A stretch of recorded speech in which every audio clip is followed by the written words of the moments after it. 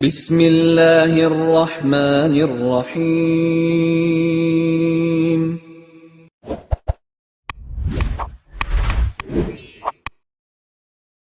السلام علیکم ورحمۃ اللہ وبرکاتہ۔ الحمد للہ وکفی وسلام علی عبادہ الذین اصطفی، اما بعد۔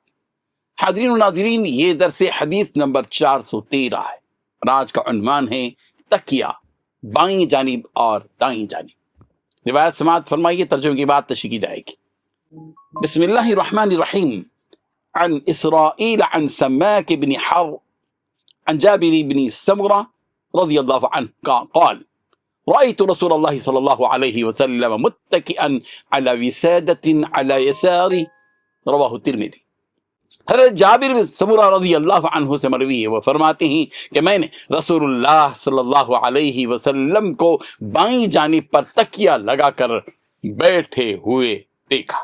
بزرگان محترم، اس حدیث سے معلوم ہوتا ہے کہ رسول اللہ صلی اللہ علیہ وسلم عام انسانی نشست و برخاست بھی اختیار فرماتے تھے، اور آپ علیہ الصلوۃ والتسلیم کی زندگی فطرت کے عین مطابق تھی۔ بائیں جانب تکیہ لگا کر بیٹھنا راحت، سکون اور جسمانی آرام کی ایک جائز صورت ہے، جسے نبی کریم حضرت محمد مصطفیٰ صلی اللہ علیہ وسلم نے عملاً اختیار فرمایا۔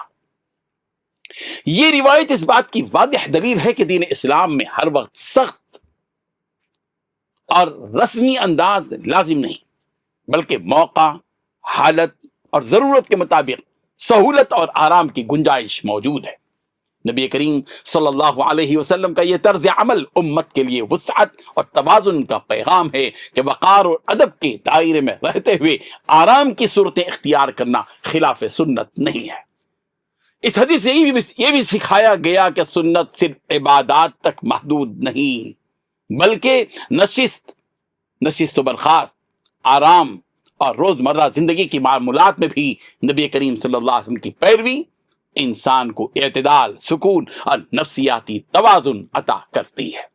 نبی کریم حضرت محمد مصطفیٰ صلی اللہ علیہ وسلم کی سنتوں کو اختیار کرنے کی ہم سب کو توفیق عطا فرمائے، آمین۔ وآخر دعوانا ان الحمد للہ رب العالمین۔